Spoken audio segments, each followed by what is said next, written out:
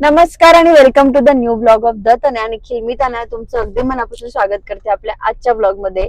Sorry, मी तनया, हा निखिल आणि ही सखी. सखी से हाय. हाय. तर डोळ्यात पाणी आहे कारण माझ्या नवऱ्याने प्लॅन कॅन्सल केला आणि मला सकाळी सकाळी रडवलंय. डोळ्यातनं इतकं पाणी येतंय माझ्या. असं काही नाही, डोळ्यातनं पाणी आहे कारण माहित नाही यार मला, पण मी रडत नाहीये. असं झालं होतं, आम्ही निघालो होतो रामदेराला जायला. सकाळी बघितलं होतं तेव्हा 1 तास अंतर दाखवत होतं. आता निघालो तर 2 तास अंतर दाखवतंय आणि 2 तास माझी ही महिना गाडीत बसणार नाही याची मला पूर्ण गॅरंटी आहे.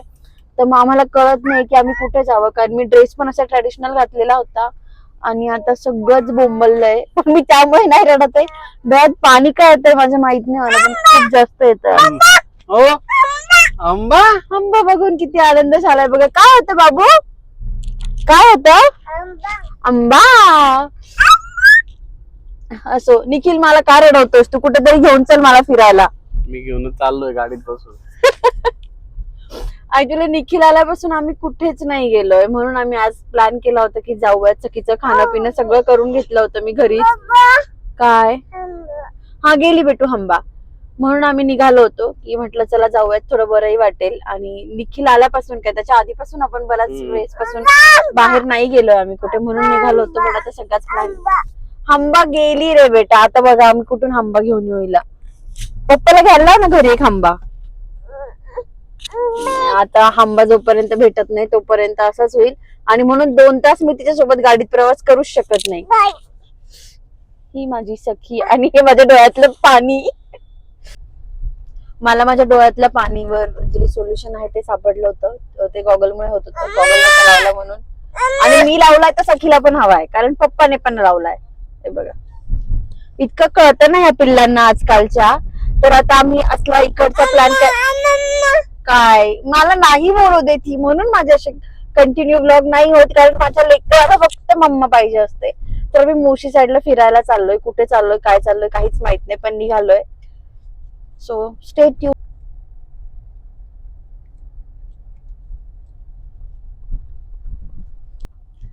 तर मागच्या अर्धा पाऊण तासापासून आम्ही आमच्या घराच्याच आसपास फिरतोय. निखिल, शेवटी काय प्लॅन ठरलाय आपला?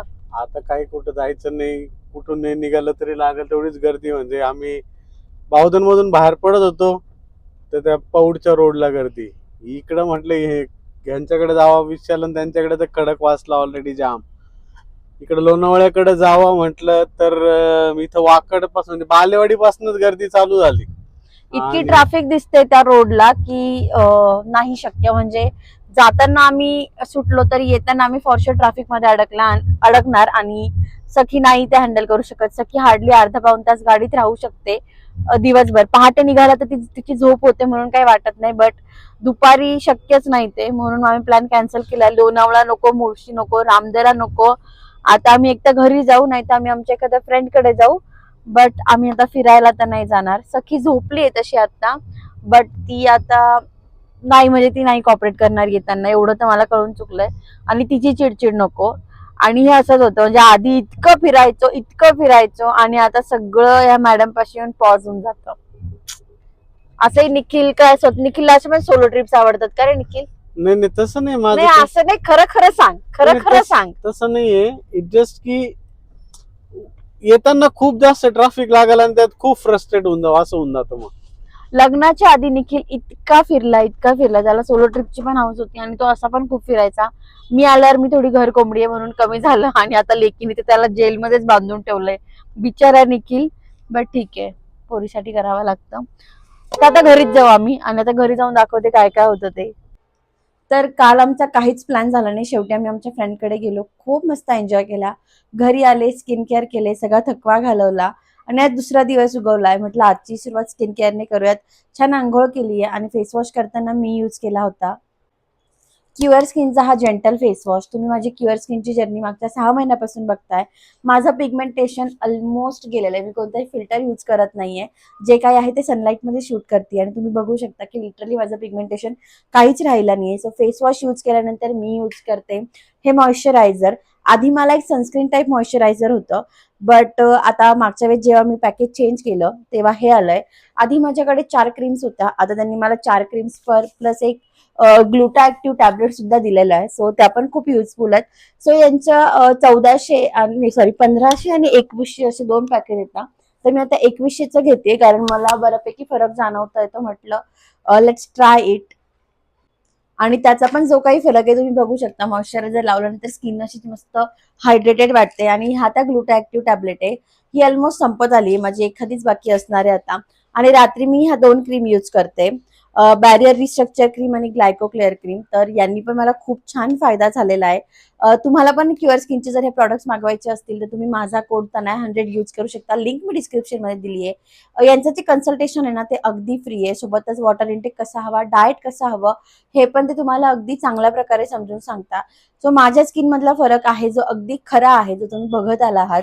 तुम्हाला पण असं काही हवं असेल तर मी तुम्हाला सांगते की प्रॉडक्ट कसे ऑर्डर करायचे. पटकन पुढचा व्हिडिओ बघा. त्याआधी मी तुम्हाला माझे 5 प्रॉडक्ट दाखवते. तर हा आहे माझ्या 5 प्रॉडक्टचा कॉम्बो. प्रॉडक्ट कसे ऑर्डर करायचे हा खूप जणांचा प्रश्न असतो. त्यांच्यासाठी छोटीशी ट्युटोरियल. तर ॲप ओपन केल्यानंतर तुम्हाला त्यांचे जे डर्मेटोलॉजिस्ट असतात त्यांच्यासोबत तुमची चॅटिंग सुरू होते. फर्स्ट तुम्हाला चूज करावं लागतं की तुम्ही स्किन रिलेटेड बोलताय की हेअर रिलेटेड. त्यानंतर ते तुमच्याशी बोलतात, तुमच्याकडे काय प्रॉब्लेम आहे तुमचे सगळे समजून घेतात. तुमचा फ्रंट फेस, तुमचा साईड फेस याचे प्रॉपर फोटो घेतले जातात. त्याच्यात त्यांना तुम्हाला कळतं आहे की कुठे कुठे प्रॉब्लेम आहे. त्यानंतर जर तुम्ही प्रेग्नेंट असाल, ब्रेस्ट फिडिंग करत असाल तर ते सुद्धा लक्षात घेतलं जातं. त्यानुसार ते बनवून देतात तुम्हाला जे काही प्रॉडक्ट आहेत तुमच्या फेसप्रमाणे, तुमच्या इश्यूप्रमाणे. तुमची सगळी हिस्ट्री घेता की तुम्ही कोणते प्रॉडक्ट यूज केले, तुम्ही बाहेर किती वेळ जाता, तुमचं किती एक्सपोजर असतं सनसोबत. तुमचं रिअल डॉक्टरशी बोलणं होतं. त्यामुळे तुम्हाला जे प्रॉडक्ट येतात त्याने तुम्हाला अगदी नेहमी छानसा फरकही पडतो. आज संडे, आषाढी एकादशी आहे आणि माझी तब्येत जरा डाऊन आहे. त्यामुळे संडे आज पूर्ण सखीचा आणि पापाचा आहे. म्हणजे मला काही असं आवरायची सुद्धा इच्छा नाही आहे. आणि मी दाखवते त्यांचं खाणं पिणं कसं सुरू येते. हे बघा, ती एक कार आहे, त्या कारवर उभं राहायचं आहे आणि ते लिटरली किचनच्या मध्ये बसलेत दोघं. या आधी तर तिला तिच्याच हाताने खायचं होतं, आता तरी ती ॲटलिस्ट निखिलकडनं खातीये. बट तिला त्या गाडीवरच उभं राहून खायचं आहे. पूर्ण घरात पसारा केला आहे तिने, हवा नको तसा. म्हणजे ज्या दिवशी बरं नाही त्या दिवशी तर आम्हाला जास्त वारं येतं आणि आजही तसं आलंय.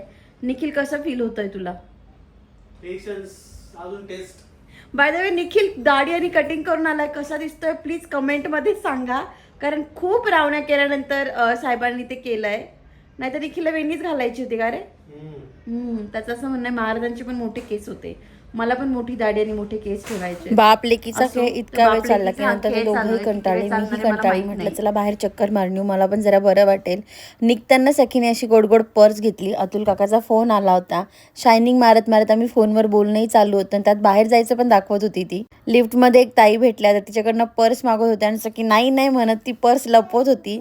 तिच्या या कृतीकडे बघून आम्हाला इतकं हसू येत होतं की बास कधी. आणि त्यामुळे लिफ्ट ओपन व्हायची ती इतकी वाट बघत होती की कधी बाहेर पडते इथून.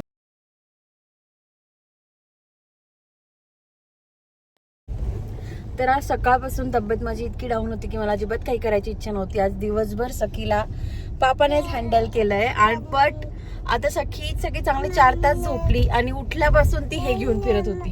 आणि पप्पाला म्हणायची पप्पा भूर, पप्पा भूर. कुठे चाललं सखी आपण? भूर.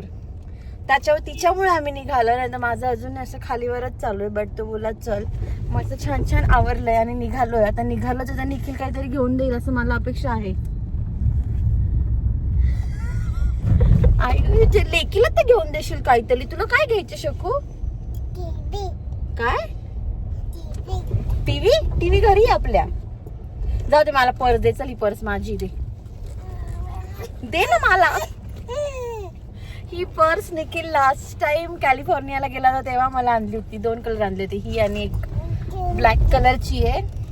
पण मी त्या दोघं यूज नाही केल्या, मला त्या खूप छोट्या छोट्या वाटायच्या. बट सखी आता इतकी गोड घेऊन फिरते, त्याला खूप कौतुक आहे का त्याचं निखिल.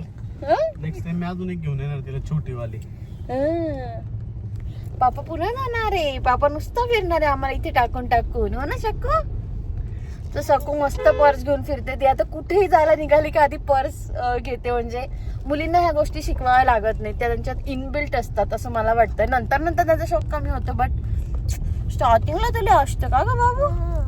असो, या व्यतिरिक्त आम्ही ऑर्डर केलंय फर्निचर. घरात काही फर्निचर नव्हतं ते, जसं की वॉर्डरोब, ड्रेसिंग टेबल, अजून एक टेबल, असं बरंच काही काही आम्ही ऑर्डर केलंय.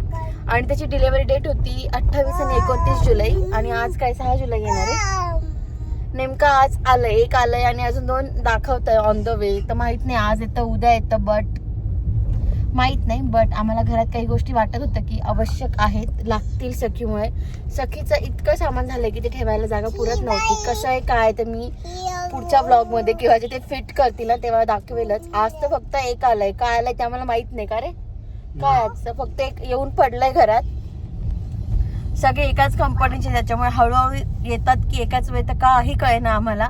28-29 जुलै होतं, आम्हाला अजिबात एक्सपेक्टेड नव्हतं, बट ते आज आलंय. आज ते बाकीचे 2 येऊ शकतात किंवा येणार नाही, पण मागे पुढे करण्यापेक्षा आम्ही म्हटलं चला आपण जाऊयात, कारण त्याची वाट बघण्यात कुठे वेळ घालवायचा.